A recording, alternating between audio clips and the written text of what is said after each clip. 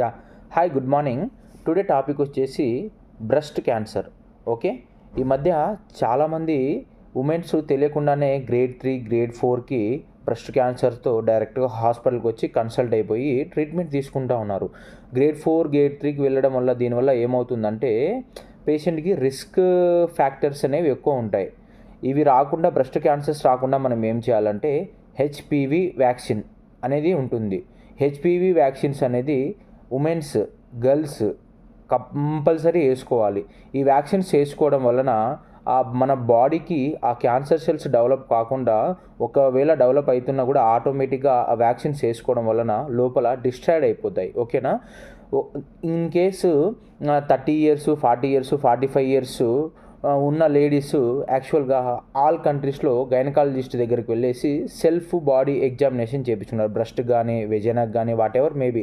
అలా మన ఇండియాలో చాలామంది లేడీస్ వెళ్ళరు. అంటే ఎవరైతే మోర్ దాన్ 40 ఇయర్స్, 45 ఇయర్స్ ఉన్నారో ఒకసారి రూల్ అవుట్ చేయించుకోండి. అంటే గైనకాలజిస్ట్ దగ్గర వెళ్ళేసి బ్రెస్ట్ ఎగ్జామినేషన్ అనేది చేస్తారు.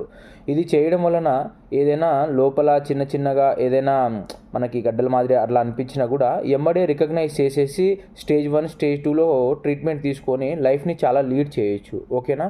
సో ఎవ్రీబడి ఏం చేయాలంటే హెచ్పివి వ్యాక్సిన్స్ అనేది కంపల్సరీ వేసుకోవాలి. బ్రెస్ట్ క్యాన్సర్ వల్ల చాలామంది చనిపోతున్నారు తెలియకుండానే. ఓకేనా? Please do that thing. Okay, ఇంకా కొంతమంది సెల్ఫ్ ఎగ్జామినేషన్ చేసుకోవచ్చు. ఈ సెల్ఫ్ ఎగ్జామినేషన్ ఎలా చేసుకోవాలి ఏంటనేది సెకండ్ వీడియోలో అప్డేట్ చేస్తా. Thank you.